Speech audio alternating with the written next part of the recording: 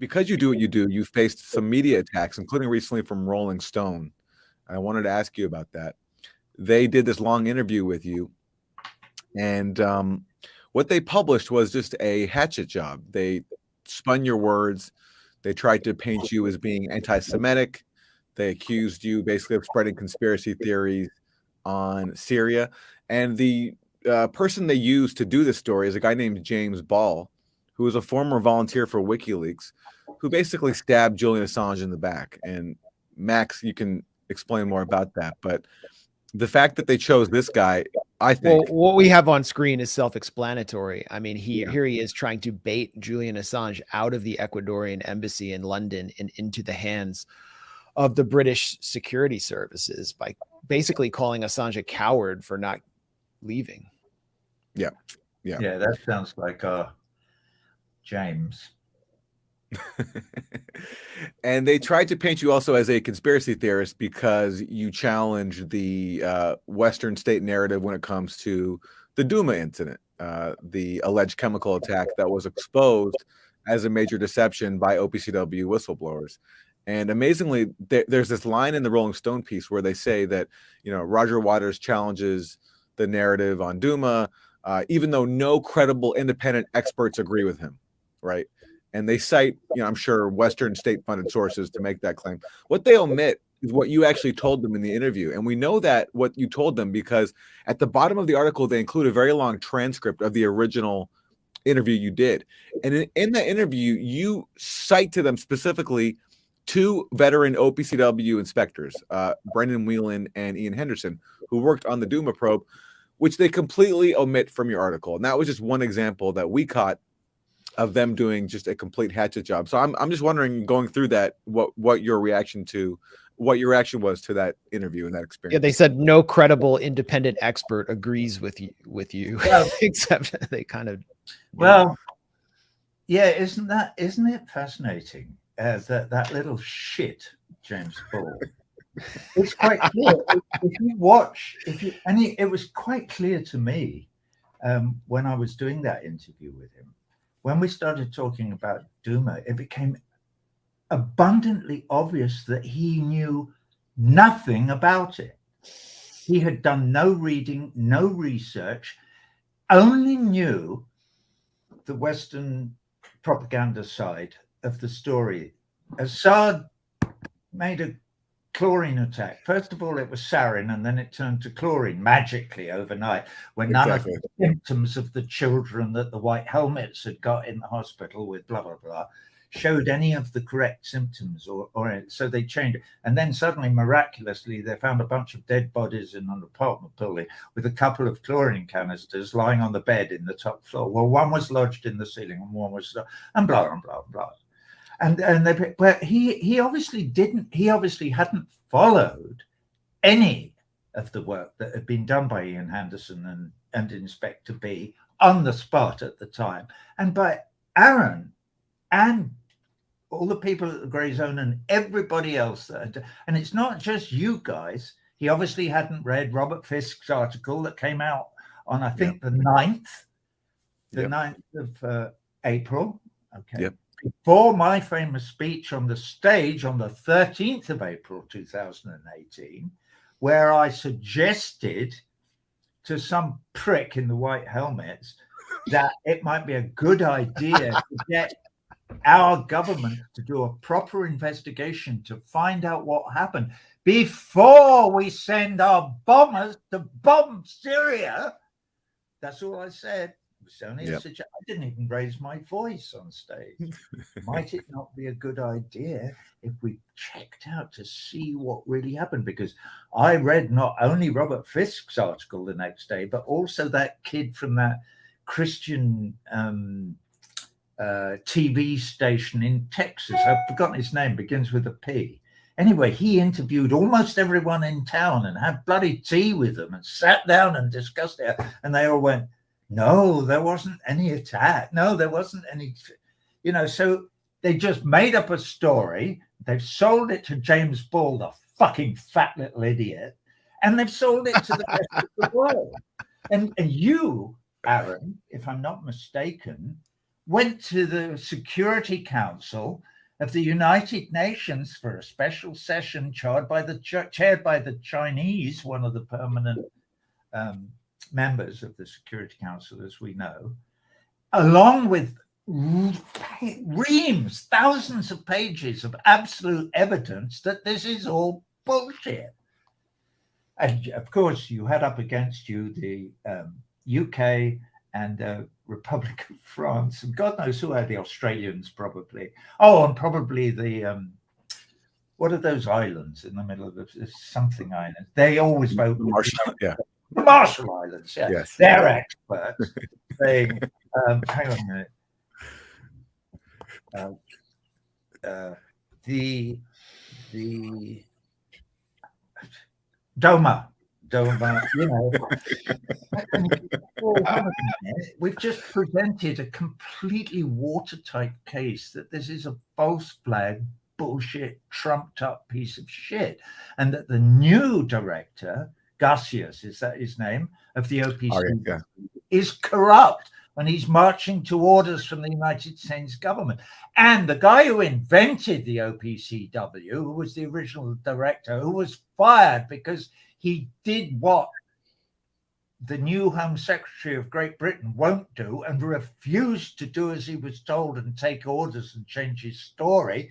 He was dismissed, and we are vetoing him giving any evidence. But Roger, a number of our viewers are insistent that we show you a piece of incontrovertible evidence that a chemical weapons attack was carried out by the barbarian Bashar al-Assad on Syrian babies. And here it is. And there's definitely something that stings.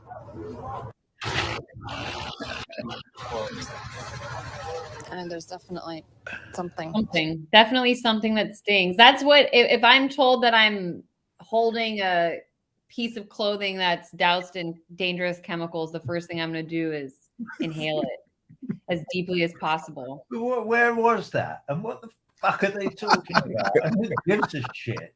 CNN give a shit because that's I think that was their chief foreign correspondent. I think that was Conche Kuhn in 2017. That wasn't Duma because it says Northern Syria. That was Arya Damon, and she was in a refugee camp that was not even in Syria. I think it was in Turkey, and she sniffs a backpack as proof. So, yeah, I mean, the backpack sniffers are the independent experts who do not find what you say credible. Sheikh Khartoum, right? Is that the thing that pulls? Conche Kuhn, yeah. And the wind was blowing in the wrong direction, and all those things that are not given in evidence. Oh, they dropped sarin here, and all these people died here. But sorry, check it out. The wind was going in exactly the opposite direction. So it's and Aaron, no chain of custody.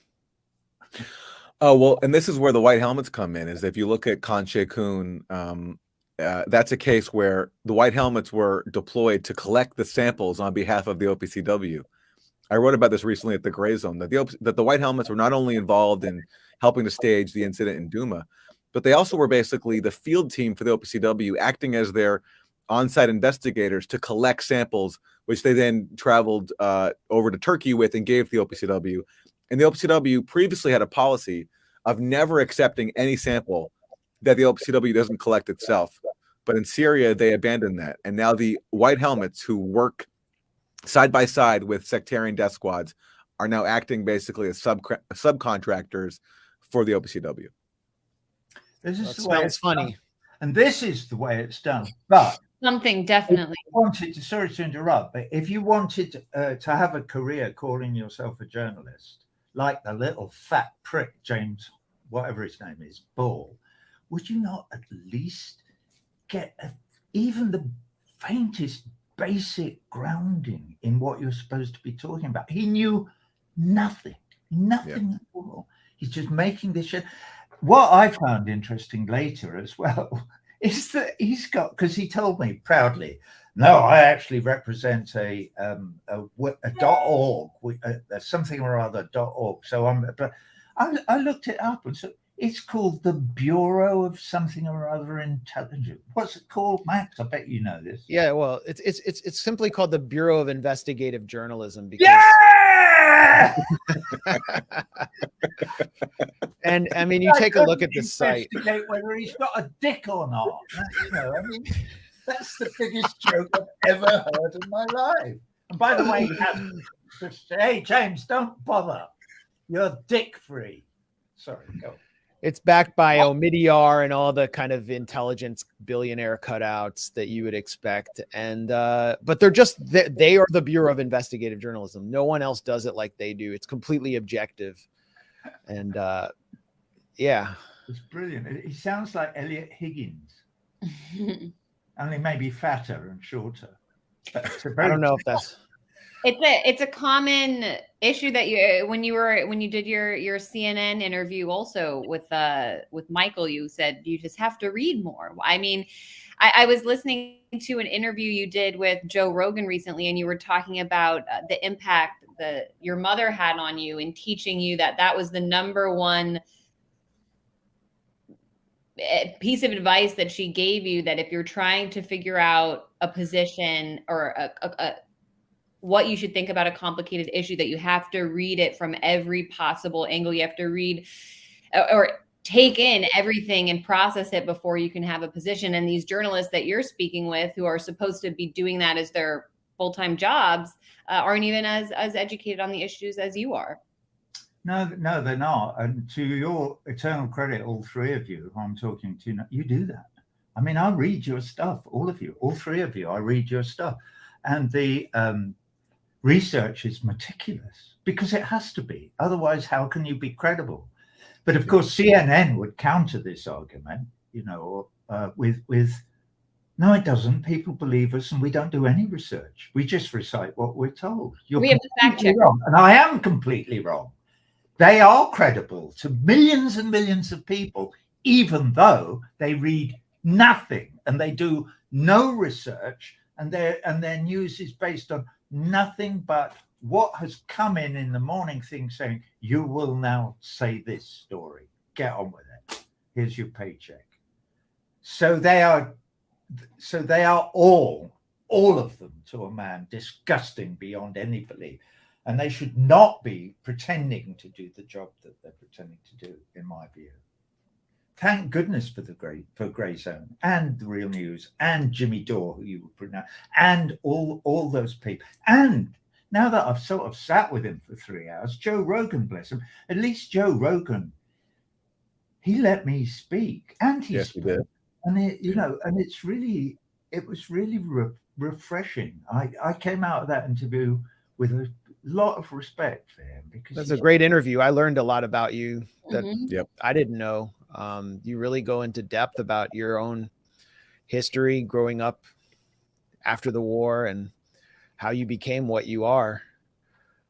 I wanted to ask you. It sounds like you had a wonderful mom. Yeah. Well, yeah, you know, she was